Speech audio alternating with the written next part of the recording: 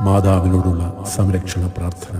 ദൈവമാതാവായ പരിശുദ്ധ കന്യാമറിയമേ, മനുഷ്യകുലം മുഴുവന്റെയും മാതാവും മധ്യസ്ഥയും സഹായവും സംരക്ഷകയുമാകാം ദൈവം മുൻകൂട്ടി തിരഞ്ഞെടുത്തിരിക്കുന്ന അങ്ങയെ ഞങ്ങൾ വണങ്ങുന്നു.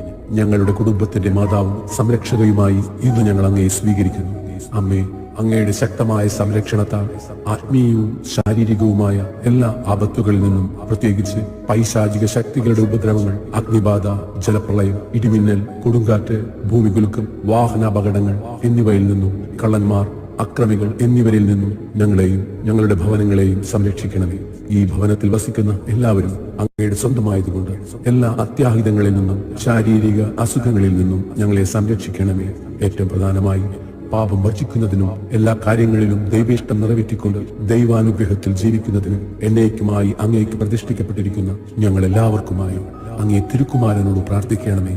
ആമേൻ.